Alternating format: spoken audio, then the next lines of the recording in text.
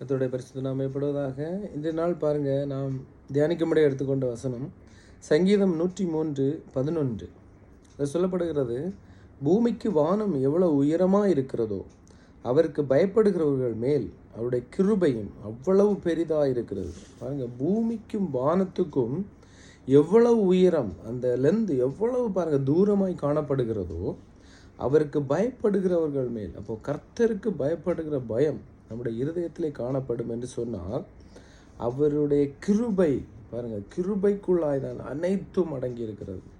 நம்முடைய ஆசீர்வாதங்கள், நம்முடைய நன்மைகள், நமக்கு வர வேண்டிய காரியங்கள் ஒவ்வொன்றும் கர்த்தருடைய கிருபைக்குள்ளாய் தான் அடங்கி இருக்கிறது. நாம் கிருபையினாலே தான் நிலைநிற்கிறோம். நாம் நிற்பதும் நிர்மூலமாக அதிருப்பதும் அவருடைய கிருபை, சுத்த கிருபை.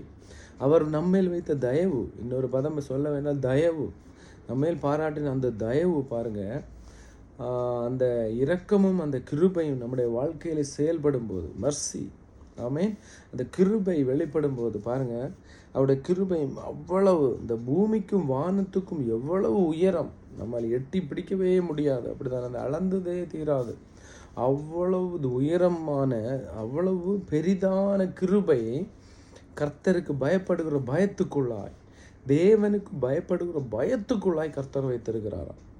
அப்படி நாம் இருக்கும்போது பாருங்கள், அதே 3ஆம் அதிகாரம், அதே 103ஆம் சங்கீதம் 5ஆம் வசனம் சொல்லுகிறது, நன்மையினால் உன் வாயை திருப்தியாக்குகிறார். ஆமென், நன்மையினால் நம்மை திருப்தியாக்குவார். எல்லாவித நன்மைகளினால், எல்லாவித ஆசீர்வாதங்களினால் நம்மை திருப்தியாக்கக்கூடிய ஒரு தேவன் நம்மோடு கூட இருக்கிறார்.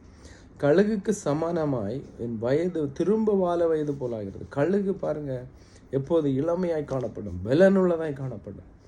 அந்த கழுகு பாருங்க, அதே போல நம்மை பாருங்க, கழுகுக்கு சமானமாய் வயதை வாழ வயதாக்குகிறாராம்.